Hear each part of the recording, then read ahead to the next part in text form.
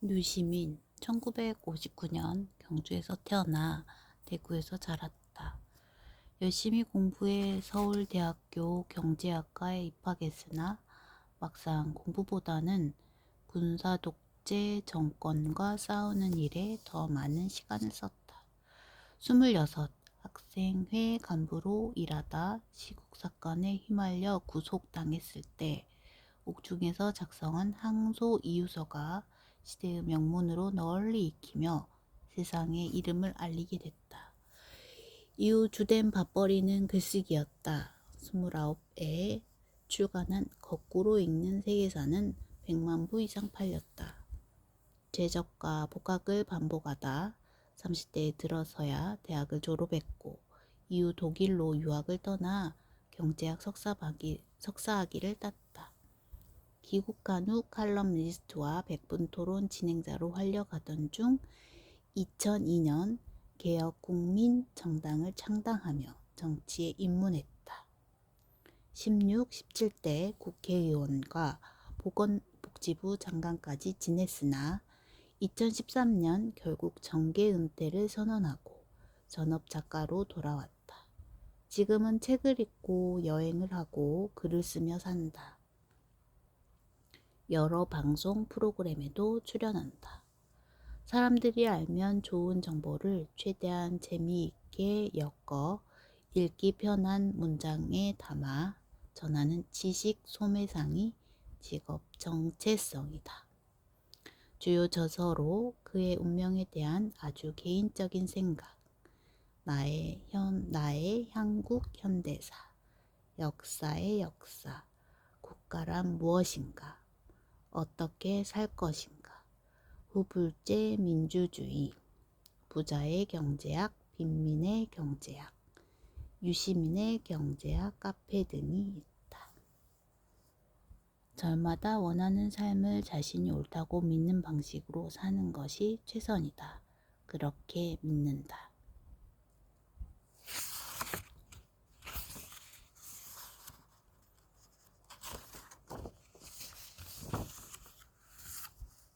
스스로 설계한 삶을 자신이 옳다고 믿는 방식으로.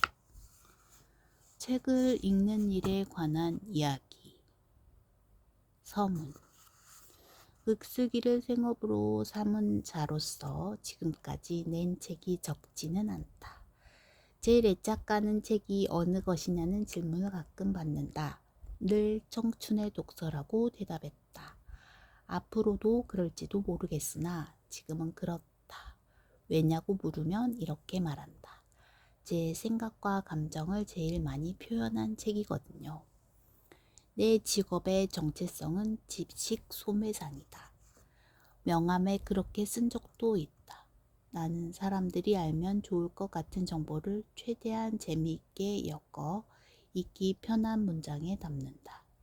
제일 오래된 거꾸로 읽는 세계사부터 최근의 문과 남자의 과학 공부, 유럽 도시기행 시리즈까지 서점에 있는 내 책은 대부분 그렇게 썼다. 내가 세상과 관계를 맺고 살면서 존재의 자격을 확인하는 방법이다. 청춘의 독서는 살짝 예외다. 널리 알려진 고전을 다루었지만 책 정보를 전달하려고 쓰지는 않았다. 책을 쓰면서 얻은 삶과 인간과 세상과 역사에 대한 나 자신의 감정과 생각을 말하려고 썼다. 책 자체가 아니라 책을 읽는 일에 관한 이야기다. 세상을 더 나은 곳으로 바꾸려는 목적보다는 나를 표현하려는 욕망에 끌려 썼다. 어디 나만 그렇겠는가? 누구든 자신의 내면을 표현한 글에 애착을 느낄 것이다. 청춘의 독서는 이미 적지 않은 독자를 만나 행운을 누렸다. 그런데도 편집자가 더 많은 독자를 만날 수 있도록 한 꼭지를 보충해서 특별판을 만들고자 했다. 공고를 받아들여 자유론 편을 새로 썼다. 왜 하필 자유론인가? 원래 좋아하는 책이다. 게다가 12.3 비상계엄 선포 이후 우리가 모두 함께 겪었던 국가와 정치의 풍파를 소화해내는데 도움이 될 것 같아 선택했다. 대학에 막 들어갔던 딸에게 주었던 헌사와 지필 후기를 조금 고쳤다. 평소 흉하다고 생각했던 본문의 문장을 여기저기 손보았다. 내용은 달라지지 않았다. 한강 선생은 노벨 문학상 수상 이후 젊은이들 사이에서 종이책 읽기가 힙한 행위로 떠올랐다는 말을 들었다. 사실이면 좋겠다. 유행은 오래가지 않는다지만 잠깐이라도 어딘가 이 특별판이 힙한 종이책 유행에 일조할 수 있기를 감히 기대해 본다. 2025년 4월 유시민. 오래된 지도를 다시 보다. 길을 잃었다 많은 친구들이 함께 여장을 떠났지만 갈림길을 지날 때마다 차례차례 다른 길을 선택해 멀어져 갔다. 아픈 다리를 서로 달래며 지금까지 동행했던 사람들도 다른 곳에서 출발했지만 어느 곳에서부턴가 함께 걸어왔던 이들도 생각이 조금씩 다르다. 날이 저물어 사방 어두운데 누구도 자신 있게 방향을 잡아 발걸음을 내딛지 못한다. 망연자실 넋놓고 앉아있을 수만은 없다. 이미 지나온 길을 되돌아가지도 못한다. 지금 할 수 있는 일은 어디에서 무엇이 어긋났던 것인지 살펴보는 일뿐인 것 같다. 달 그림자와 별을 살펴 방향을 새로 가늠해보고 갈림길과 장애물이 나타날 때마다 도움받았던 낡은 지도를 꺼내 살펴본다. 이 지도에 처음부터 오류가 있었던 것은 아닐까? 혹시 내가 지도를 잘못 읽은 것일까? 온갖 의심이 먹구름처럼 밀려든다. 나는 바위에 걸터 앉아 잠시 여유를 가지기로 했다. 그리고 긴 여정을 함께했던 지도를 들여다보면서 지난 일의 시기의 선택이 올바른 것이었는지를 차분히 되짚어 보았다. 그렇게 해서 이 책이 나왔다. 이것은 문명의 역사에 이정표를 세웠던 위대한 책들에 대한 이야기이며 위대한 책을 남긴 사람에 대한 이야기다. 그리고 어느 정도는 그 책에 기대어 나름의 행로를 걸었던 나 자신과 그 과정에서 내가 본 것들에 대한 이야기이기도 하다.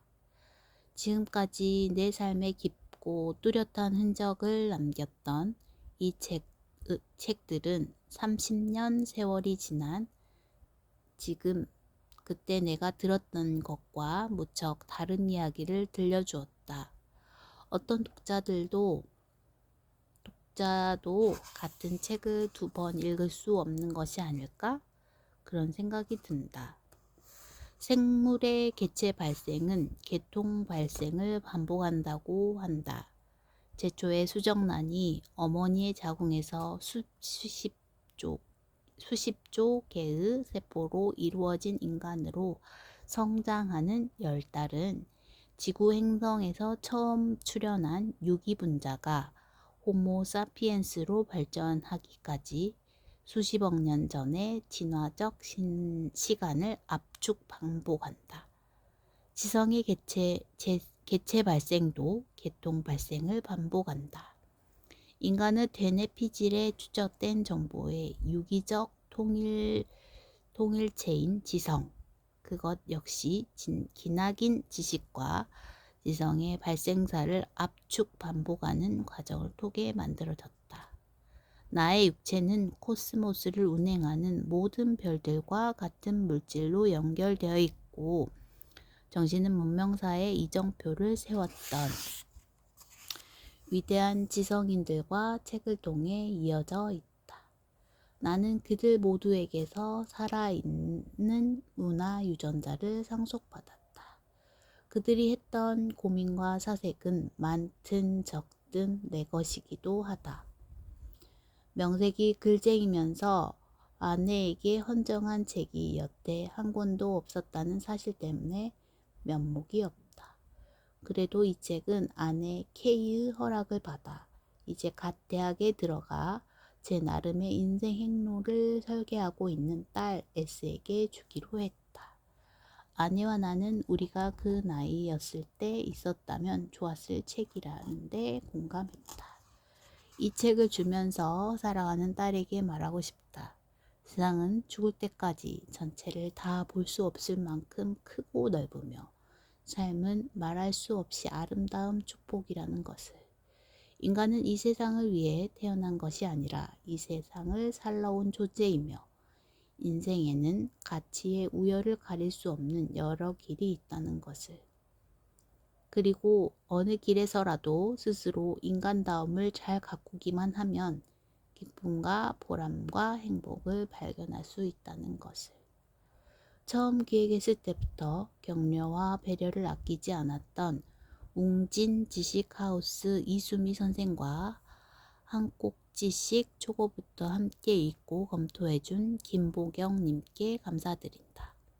함께 일하는 게 처음인데도 모든 일이 유쾌하고 원활하게 진행되었다.